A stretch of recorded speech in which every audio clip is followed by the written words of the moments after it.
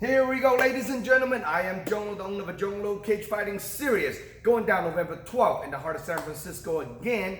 Right next to me, we have Alex Canders, officially signed today. Will be competing on our upcoming event, November 12th. Now, Alex, let's once again introduce you to all the MMA fight fans out there. Who you are and where you're coming from.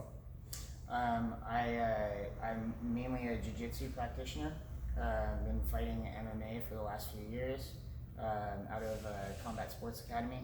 My black belt is in 10th Planet Jiu-Jitsu. That's pretty awesome. Now, how long have you been practicing jiu-jitsu?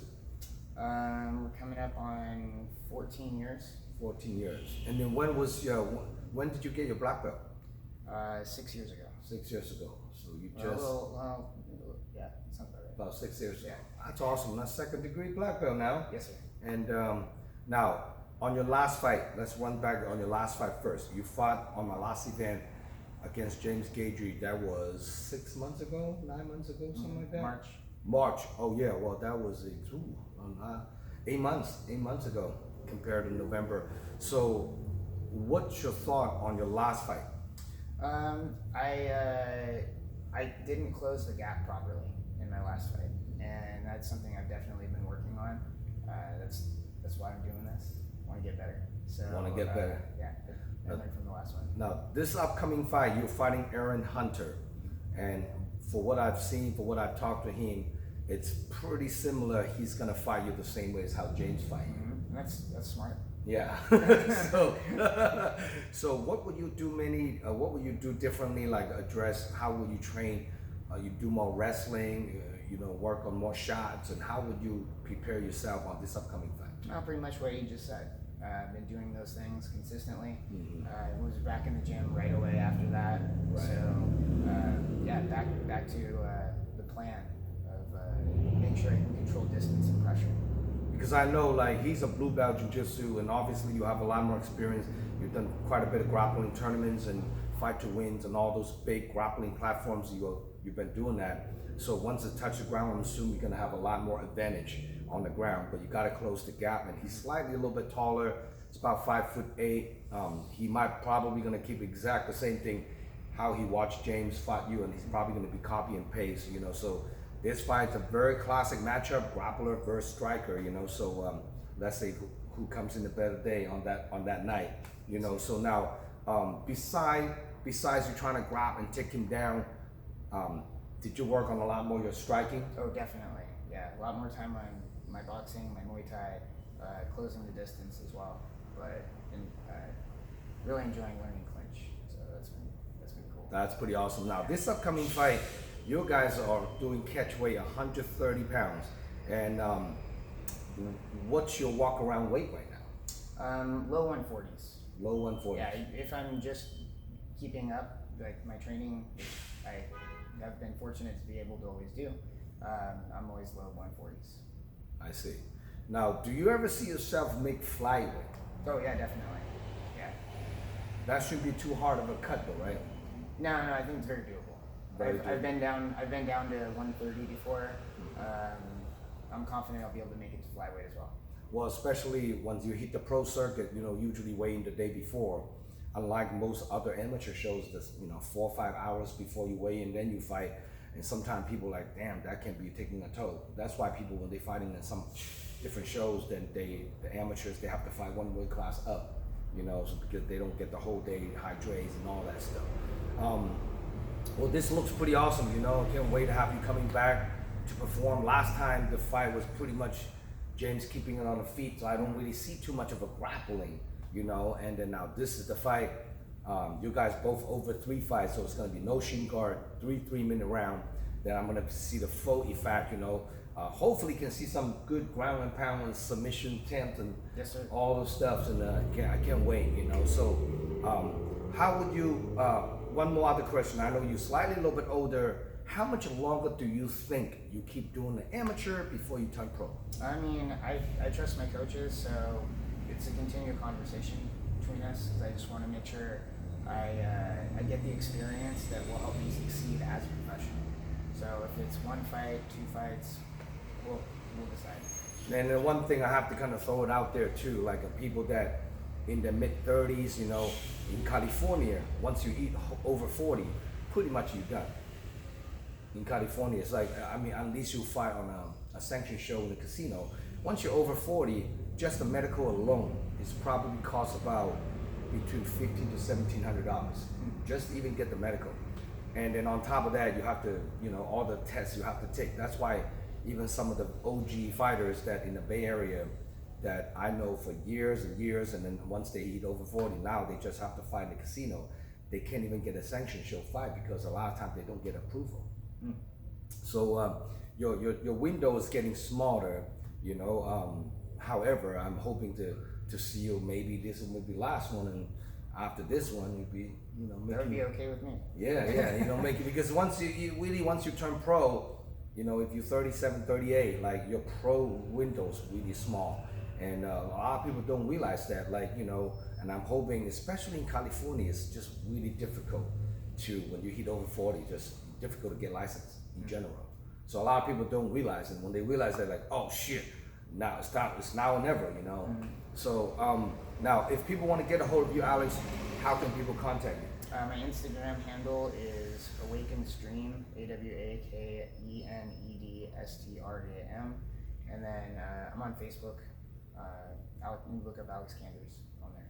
That's pretty awesome. Now, you are very, very fortunate. You're also a gym owner as well, right? Yes, sir. And then where is your academy at? My academy is in Walnut Creek, California. And it's a 10th Planet Jiu-Jitsu. Yep, it's a 10th Planet Jiu-Jitsu Academy. We teach people of all ages. So. And how long have you been running your academy? I've had my own location for about 7 years now. 7 years? Wow, that's pretty long. That's a well-established, you know, academy for 7 years. But I know a lot of people running the academy during the COVID. There's so many things just wiped out. Yeah, I'm very thankful for our members. That's why we're here. We had a lot of good people around us, and continue to have that. So super thankful.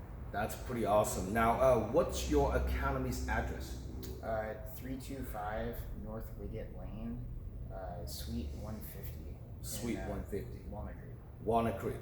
Now, do you have a separate IG page for your academy? I do.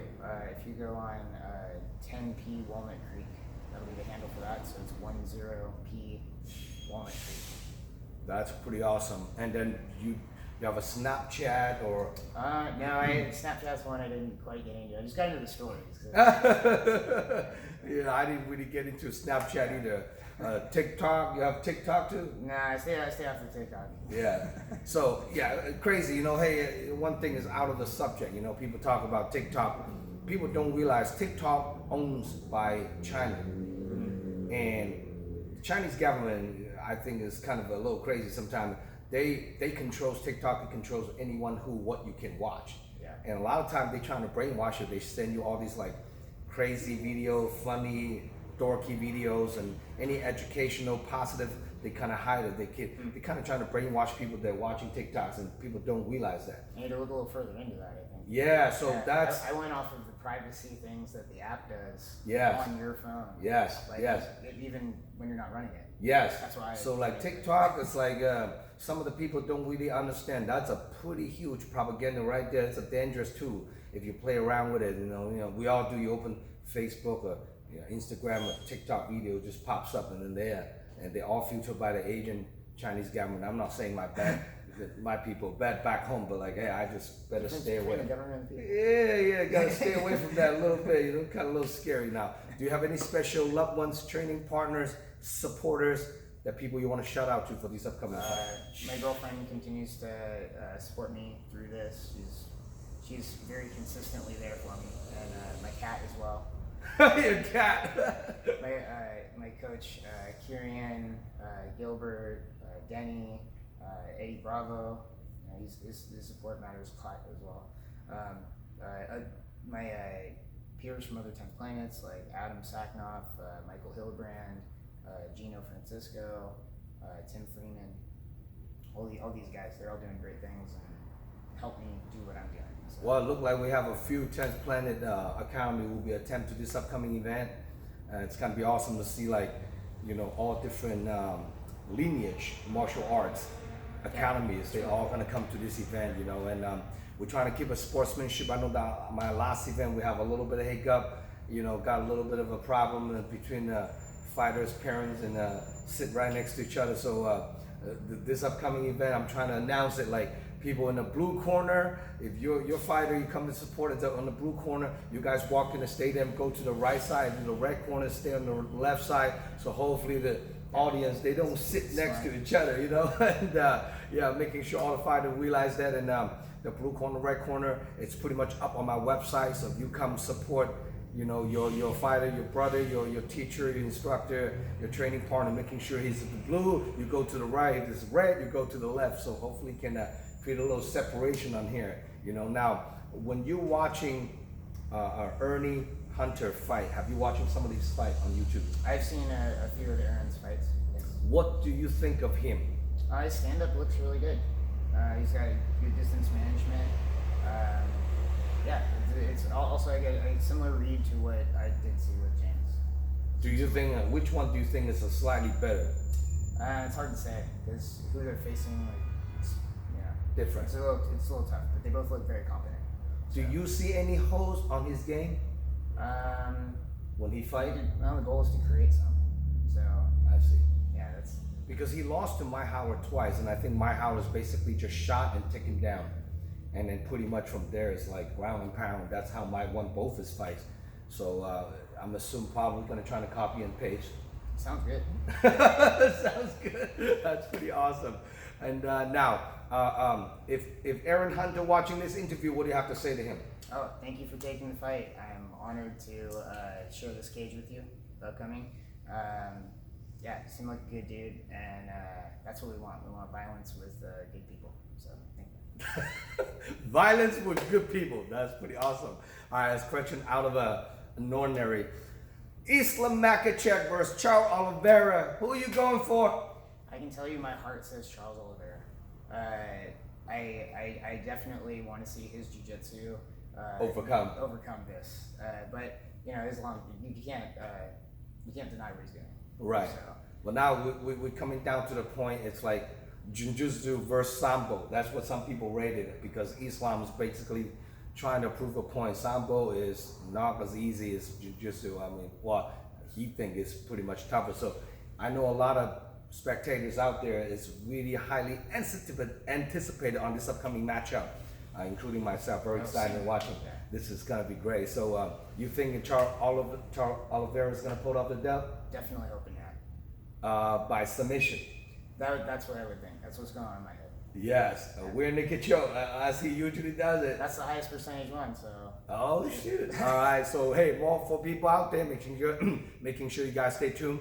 Watch that fight as well, you know. And for this upcoming event, November 12th, Zhong Low Cage Fighting Series number 6 is going down. It's a live stream pay-per-view nationwide on all different devices. If you can't make it to the event, you guys order your live stream pay-per-view on DragonHouseMMA.com. The fight card layout will be also updated in the next couple of days on DragonHouseMMA.com. Make sure you guys check it out and subscribe my YouTube channel.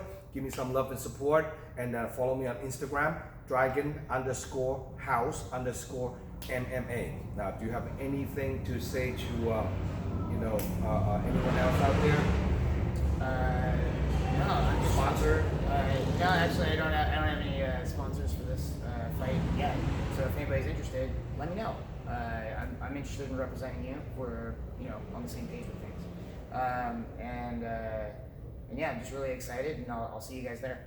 November 12th, Dragon House put on another epic show. Zhong Low Cage Fighting Series number 6 is going down, and don't miss it. And then I'll see you guys November 12th. Good to have you on board, brother. See you guys.